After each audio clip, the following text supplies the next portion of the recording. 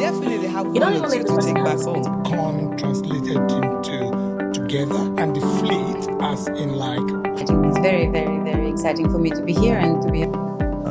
Because I was surrounded by people. I'm all about making sure other people avoid the same struggles I dealt with. You know who you are, and being prepared can change your game.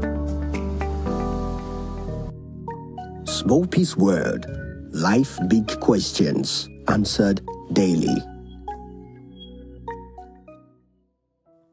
Welcome to another episode of SMOPPY'S World, the podcast about real life issues. I am your beautiful, ever smiling host, Lady Ola. I'm thrilled to have you join us back on this show. If you've enjoyed this show, can we get your commitment? And if you've just discovered our channel, you are welcome. You are in for a fantastic ride. Can you help a sister out by clicking that share button and inviting your friends and families to join us as we'll delve into a topic: the influence of childhood on adulthood relationship. In the vibrant tapestry of human life, childhood is the foundation of our adult relationships, weaving a narrative that masterfully shapes how we connect with others. Imagine turning into an exciting podcast that dives deep into this fascinating topic, peeling back the layers of psychological, emotional, and social dynamics that define our connections in adulthood. Each episode is a captivating journey filled with heartfelt interviews, thought-provoking discussions, and expert insights that explore how our early interactions with families, with friends, and our environment set the stage for our romantic, familial, and platonic relationships later on. Through a compelling blend of storytelling and scientific research, this podcast invites you to reflect on your life experiences, sparking a deeper understanding of how the echoes of childhood resound in the connections we build today. So join us on this enlightening adventure as we unravel the intricate mysteries of how our past shapes our future in love, trust, and connection. Let's embark on this exploration of our shared human experience together. Go on, get comfortable, and let's get to it. SMOPPY'S World. Life Big Questions. Answered daily. Let me introduce my guest to you. Get ready for an electrifying episode because my guest today is no stranger to the SMOPPY'S World universe. I call it universe, right? She's graced our show before, and I'm thrilled to have her back. She's a talented pilot, a wonderful mother, and a cherished friend of ours. Please join me in warmly welcoming back to the incredible pilot Naledi. Let's dive into a fantastic journey today. My sister, welcome back to SMOPPY'S World. Thank you very much. Thank you very much. It's good to be back. It was amazing. This is my first time of seeing you this year, right? Yes. Happy New Year. Happy New Year to you too. Compliments of the new season. Compliment of the new year to you. 2025 is going to be an amazing year. Amen. I'm actually starting it with people like you, who has been on this show before. It's important that we really dive into what we want to talk about today. Mm-hmm. So what we're going to talk about today is about the influence of childhood on adulthood relationship. So let me start by using this scenario. I remember years back when we were building our house in Nigeria. Mm-hmm. It was my first time of having to see a house being built from the scratch. Okay. So when they were laying the foundation, they had so many people working on that foundation. Women carrying the bricks and, men mixing the cement and everything together. And for the whole day, I sat down with amazement. the more work that was put in that foundation. And at the end of the day, I asked my brother-in-law, because my husband wasn't there. I asked my brother-in-law, why did they have to do this much? Is it not just to put bricks on and let's just let the house? When how is it gonna finish? And he said to me, foundation is important. Yeah. If the foundation is not solid, the house will collapse. Yes, that's true. So that takes me to our first question. My first question to you today, which is, how do childhood relationships influence our adulthood relationship today? How?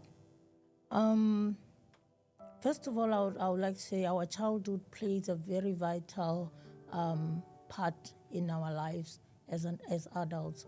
The role that our childhood plays, it's either you can make it or you can break it, or you can fail in the adult world. We're looking at the background or looking at your childhood. So the influence of our childhood looking at the more specifically relationships in the adulthood, it's attachment style. Like what have you learned? How did you see people who were around you at a younger age? How were they teaching you how to connect with them, or how were they connecting with you? So that is one of the things that we carry on to adulthood in the relationships. How do we attach ourselves or connect with others when we are adults now? And then there was also communication patterns. What did we learn there as we were kids? Conflict resolution. How did we learn how to solve the situations or issues that were disturbing or of conflict? What did we see? The emotional aspect as well, yeah. Yes, what did we see from the people who were around us during that time? That is how we are going to play it out as adults, And also self-esteem, self-worth. How did we learn how to make sure that, like, the people who are around us, how did they teach us to value ourselves, and how did they teach us to have our a good self-esteem, because sometimes when you're growing up in a bad environment, it's either it kills your self-esteem or it brings out your self-esteem, depending on how the people are communicating with you as a child, so those things are what affects us as adults. Yes. When I look back into my own family, my childhood, when I was growing up, I didn't grow up around my mother.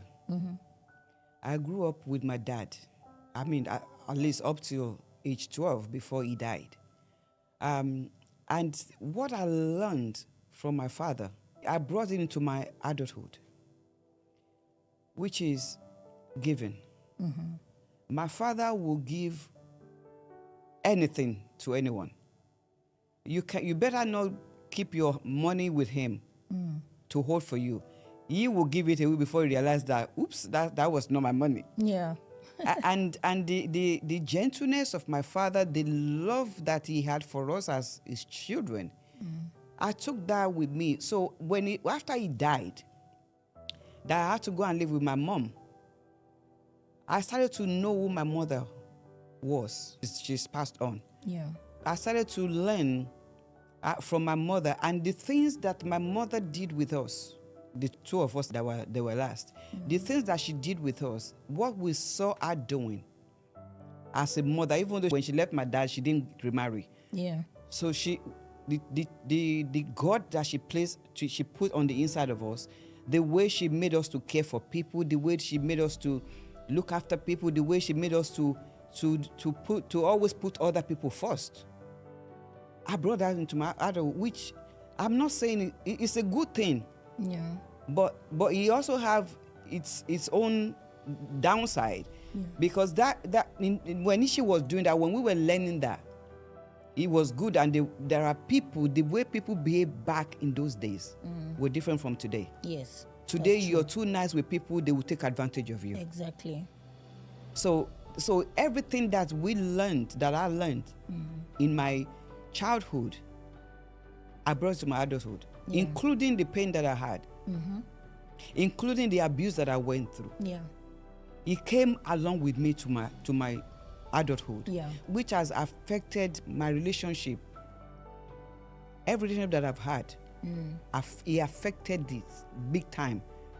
But thank God for a second chance. Yes. God has always given us a second chance. Yes, that's So what we're talking about today is whoever that's watching us, maybe parents, or even if you're single and you're watching us today and you're planning to have your own family one day, one thing that is critical that we need to understand is that whatever you teach your children,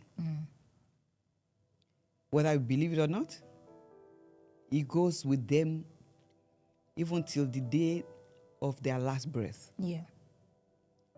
So when a child is raised in a home that's full of abuse, that thing goes all the way with that child. That child will carry that thing to adulthood, and it would definitely affect our relationship or his relationship, because what he grew up seeing in his childhood is what he believes is right. Yeah. Because especially children always want to follow the footstep of their parents. Yeah. Whatever they see us do, that's what they want to do. That's true. So a child that is raised in the environment of love, you see the way they relate in their adulthood relationship. And a child that is raised in a home that is full of emotions, they don't know how to manage their emotions.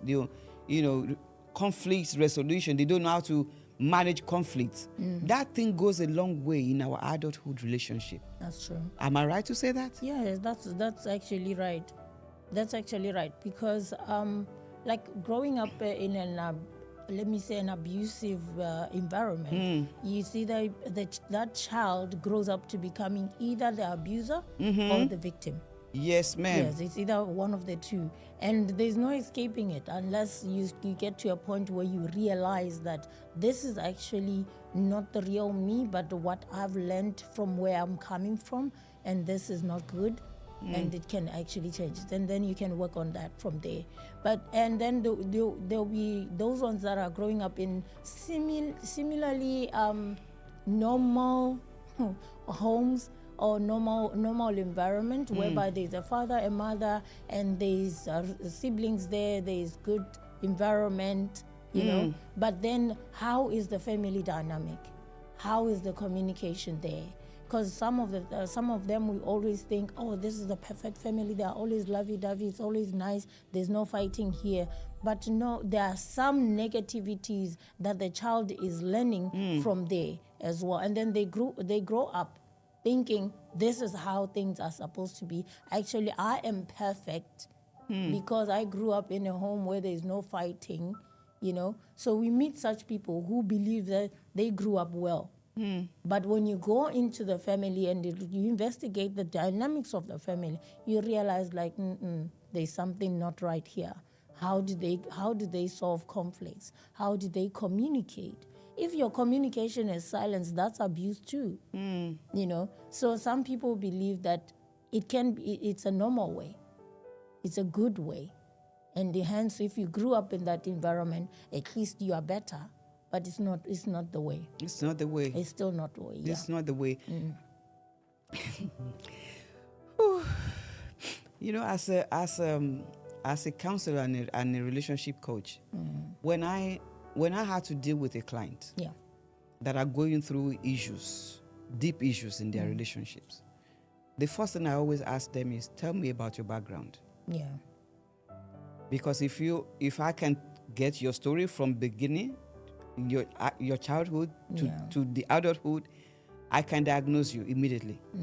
And that allows me to help you navigate whatever it is that you're dealing with, manage your whatever problem that you're dealing with. So foundation is important in childhood. Right? Because that if a relationship is built well growing up, it's very rare to get into an adulthood relationship and then not get it right. Yes. It's very, very rare. That's true. So I want that then takes me to my next question. Parental influence. With parental influence, I'll take it like this. For a girl child to be well grounded and strong, they need a good father, not a good mother. Because a father is there to teach you or to model security, to model good love. Because when you leave his home, that's what you're going to be looking for, right? A husband, a partner. So it has to be what we are going to look for. Whether that father was good or bad, we are going to look for that person. Because why? In your mind, it's engraved. It's something that you are used to. It's That's something powerful. that you are used to, something that is familiar. With. Yeah. So you're going to gravitate towards people who are like that. Whether he was good, abusive, or what, you're going to gravitate towards that. And for mothers, I'll go for the boys. Yes. The boy child, how the mother attaches herself to the boy child, it affects them as well. Yes. Yes. And other women actually do it deliberately. Even when the child is older, they still want to keep that attachment, you know. Because And they don't know how to break away from that. they don't know how to break away from that. They raise them and teach them that you're a king, you know, and serve them like they are king, and not really be a mother to that child. Yeah. Actually treating them like they are even higher than them. And then that boy grows up looking for a woman that will Be his mother.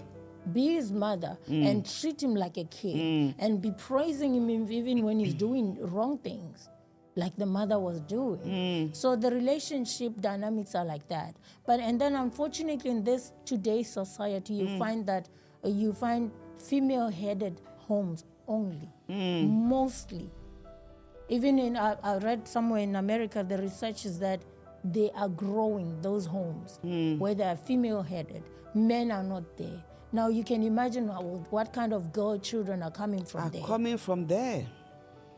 What kind of male children are even coming from there? Because even to a boy child, when there's a father there, he teaches him to be strong. To be strong. Teaches him to be a man. Has to Teaches be a him to man. be responsible as a man. Teaches him to be accountable as a man.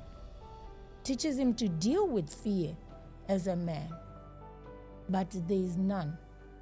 So what we are looking at in the future is going to be even worse, according to what I see. Wow. You know, what you just said now is so powerful, and it just got me thinking and reflecting on what I went through in the hand of men. The point you just made now, as a father, figure in the life of a young girl, a girl child, so powerful. Yeah. Because my dad was the only man that I knew that loved me. So when he died, I started looking for my father in everybody. And that was what landed me in the hand of abusers. Yeah. Because that was missed. My mother didn't know what to do with me. Number one, she didn't raise me. Yeah. Number two, she got me at a teenage year.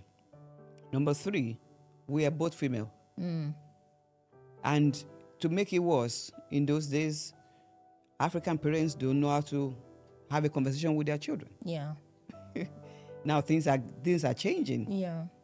And it's so powerful and important. I pray that every home when they listen to this podcast, that they will have a reflection, and they will change some things. That things will be changed. That is important, not just to impregnate a woman and just a baby father, because there are so many baby fathers who are never in the life of that girl child, and that girl child needs someone to be there. Yeah. So the influence of parents, it goes a long way on how your adulthood relationship turns out. Yeah. For me, as personal experience, I grew up in a physically abusive environment. You know, my dad was that lion. We were all scared of him. So we're never really close to him. But I have like 3 sisters right now. And all of us actually had relationships with my dad. And we sat down the other day, we were like, actually we dated the same person. Can you see that? I imagine. For me, unfortunately, I got into marriage. For them, it wasn't marriage, but they had kids with these people. And it's the same person. When we sit and describe them as the same. Exactly your dad. Is our dad. But then what we went for is somebody who doesn't physically abuse.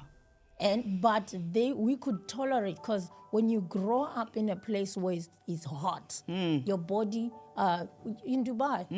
The child born in Dubai can resist heat anywhere else. Yes. Yeah, when you grow up in an environment like that, your body gets used to dealing with that, to absorb that.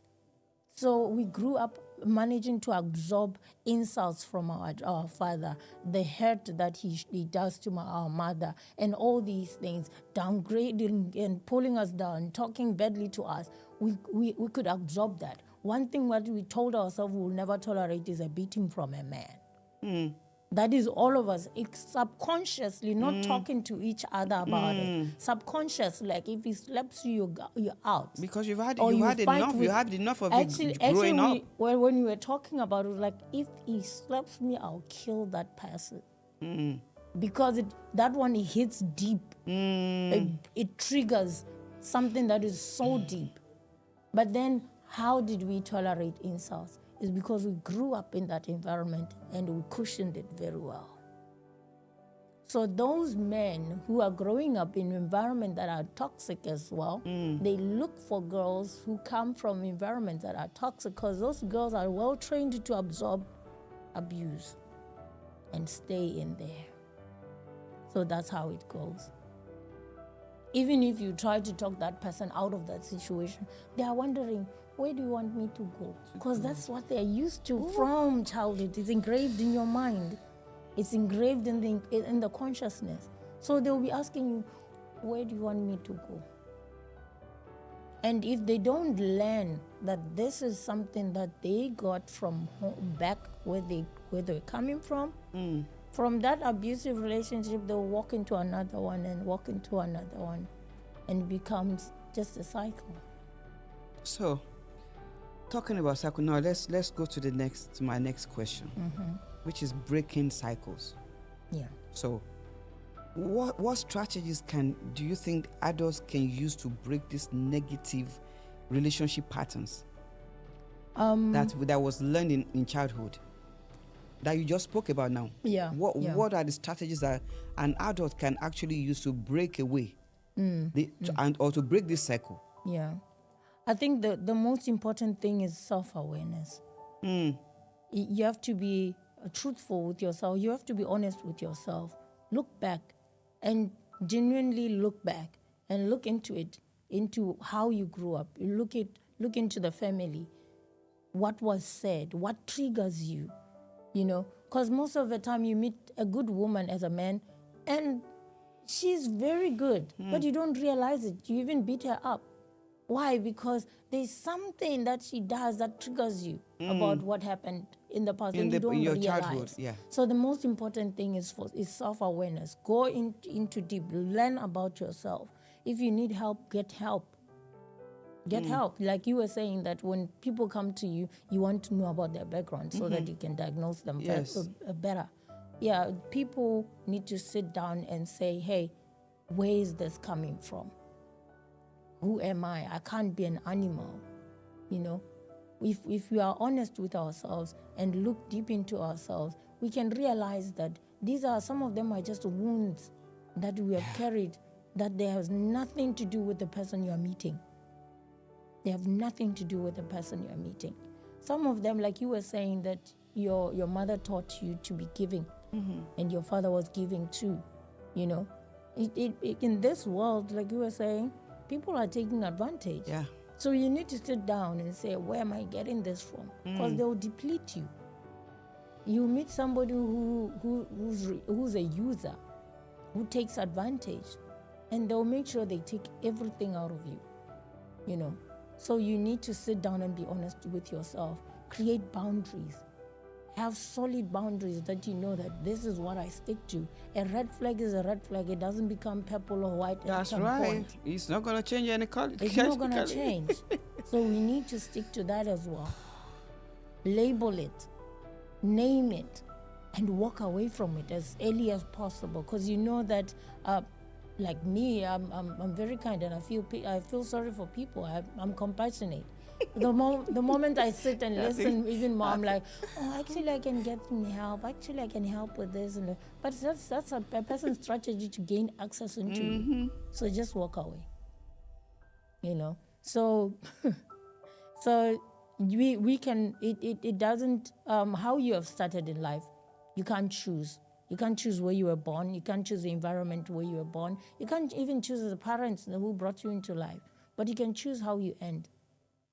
You can choose how you live. And that is getting your necessary healing and making sure that you're good.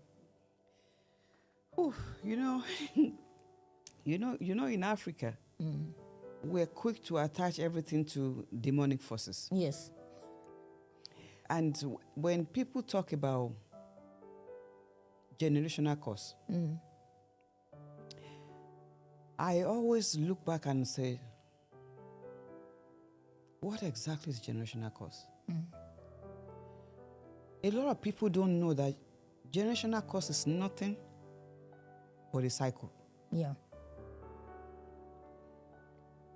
The things that, because you're talking about self-reflection, look at yourself and say, who am I?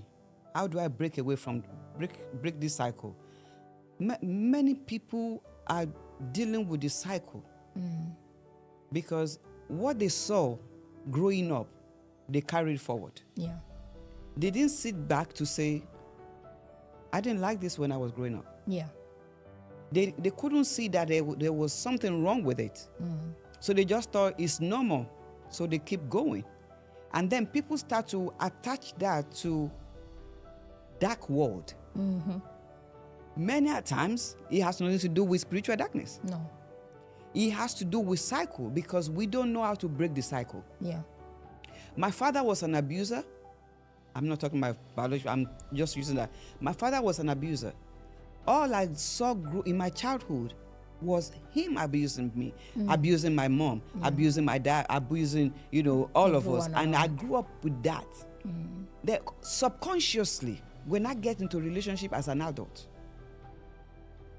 I start to behave the same way without me knowing that which I saw my father doing when I was growing up is sitting on the inside of me and is coming forth to get a reaction of to do exactly what my father did. And then when we look around and we see that, oh gosh, history is repeating itself, instead of us to look at it from the angle of it's a cycle that needs to be broken, we go straight into spiritual darkness. Yeah.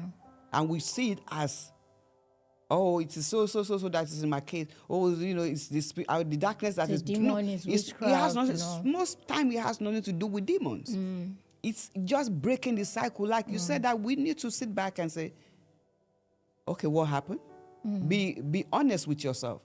Like, this happened, but this shouldn't define my relationship as an adult. Yeah.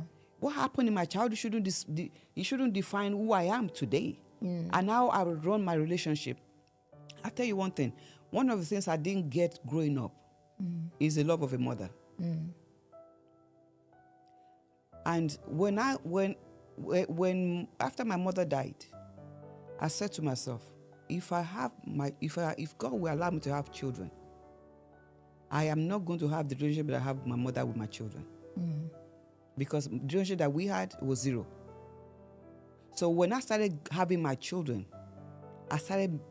it was difficult because what I learned, what I saw, and the way, as loving as my mother was, she didn't know how to do that because our mother didn't know how to do that. Yeah. So what she saw growing up is what she passed on to us. Yeah. But I decided to say, no, I'm not going that route. I want to break this cycle. Yeah. I will love my children to the extent that they will ask me, why do you love us so much?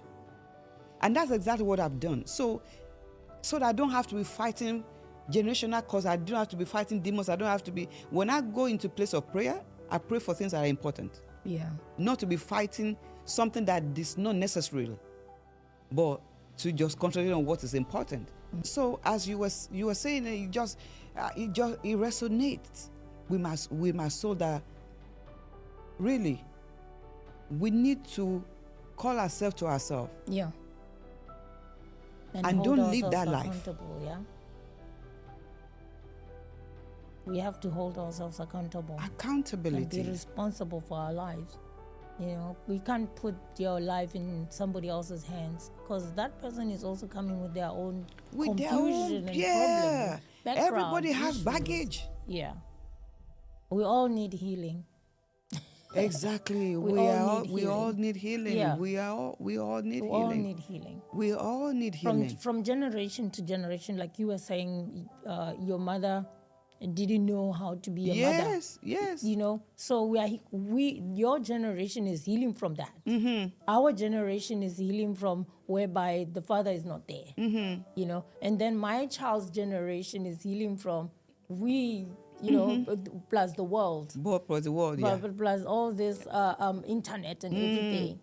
My child is gonna have to heal from all that. Yeah. You know, so it's a lot. It's piling up. But we can do it if we all agree that we need to be accountable, we need to be responsible, we need to engage the Holy Spirit in everything. We need to engage the Holy Spirit. It will help us. He will help us. He will help us. Okay, as we round up, let's touch on this resilience and growth. How can individuals use challenging childhood experiences to build healthier adult relationships? Recognition. Like I was saying before, self-awareness. When you realize, you mentioned that your mother was modeling or raising you guys in a certain way. And you looked at it and like, it's not what I would want to have with my daughter. And you made a resolute decision that you will do it better. You know, so when we realize or recognize, pinpoint it from where we're coming from, and try to do it right. These days we do have information on the internet how to do this, how to raise a child, how to get a child to be positive, how to make sure that your child has high self-esteem, confident, and all that. We can read about that and actually say, okay, this is what I'll do. For me, it's a conscious thing that I've made, that I've told myself that my child, I don't usually leave my child with people back home.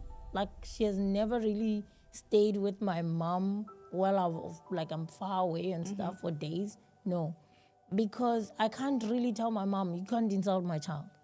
You can't tell my child is stupid, because my mom is gonna feel I'm disrespecting her, right? So the best thing is don't let her be there. Yeah, don't keep her in that environment whereby anyone can just say, "Oh, you're stupid." That kills a child's confidence, right? So I try by all means to make sure that I speak well with her. Even when I'm angry, I'd rather be quiet and die inside and then talk to her when I'm okay and say this and that, correct this and that and that. So all these things, they come from where you have to go back, pinpoint what wasn't right, and then actually say, make a decision that this is what I want to change. We are not perfect. It may explode at some point, but we need to make an effort towards making things right, because there should be a generation that will be good. There should be a generation that can have things better. So we have to start making an effort. So we need to, every bad experience that we have, we need to turn into positivity in our relationship, in our love life. Yeah. You know, you're meeting a man today, what you've seen in your childhood, you should not let it affect your love life. Yeah. Whatever it is that was negative there, you need to make it right, correct it, so that you can enjoy your love life. Yes. Yes. Be free to have relationship that you love, the man that you love, the woman that you care about, without having to have that thing that's hanging over your head. That, I don't know how to do relationship. Yeah. Because I have people telling to me, I don't know how to love. I don't know how to have relationship. It's because of the childhood trauma that they had. That's true. But we cannot stuck in the past. No. We must never stuck in the past. We must always find a way to break forth. And have, because today we don't have the power over yesterday. No. We have the power to correct things today. And tomorrow is still there for us. So we can still make it happen. No, that's true. That's true. And with the relationship, what we try to correct, or what I've identified and I'm trying to correct, or going into a relationship as an adult, I should be able also to say the person I want to meet is this kind of person, Because if I just work on myself without working on the vision or the person or the kind of person I want to be with, I'm going to end up with that man that raised me, So we need to also be specific about the kind of partner we want. Because you might heal yourself and then fall into the hands of somebody who's the opposite, who would use your healed self to a negative point and destroy you even more. So we need to identify those things as well. Wow, thank you so much, Naledi. You're it's welcome. such a pleasure having you on this podcast. It feels like we should not just end, but hey, time is never anyone's friend. It's always running and running. That's true. That's true. Thank you so much for being a blessing. My pleasure. So guys, there you have it, folks. We've journeyed through the intricate web of childhood experiences and the profound impact that they have on our adult relationships. We've explored how our early environments shape our attachment expectations, and even how we communicate with our partners. I want to extend my heartfelt thanks to our guests for our invaluable insights today. It's clear that understanding our past isn't just about reflection, it's a tool for growth. As we wrap up this episode, let me leave this with you. Growing up in an abusive or neglectful environment can leave lasting scars that affect adult relationships. Those who experience abuse often struggle with trust, feeling unworthy, or fearing intimacy. The pain inflicted by families can lead to anxiety in close relationships, sabotaging connections, or mirroring unhealthy dynamics. Childhood experience often shapes one's understanding of love and commitment. However, it's crucial to understand that these experiences don't have to dictate your adult relationships. So I encourage you to think about your own childhood experiences. What patterns can you identify in your relationships? And how can you use that understanding to foster healthier connections moving forward? You hold the power to build a life filled with the love and connection that reflects your true desires, shaping your personal narratives into stories of resilience, healing, and fulfillment. If you found value in today's discussion, please consider rating and reviewing our podcast. It really helps us reach more listeners who may benefit from these conversations. Stay tuned for our next episode where we will delve into another intriguing topic. Until then, remember, your story is your strength, and every relationship is an opportunity for growth. So follow us on all our social media platforms coming right after this show, and leave your comments. We love to hear from you. Thank you for listening. It's Lady Ola saying, love yourself and each other. And if you never heard anyone say this to you, allow me to tell you, that I love you and I believe in you. And guess what? I'm your biggest cheerleader. And God bless you.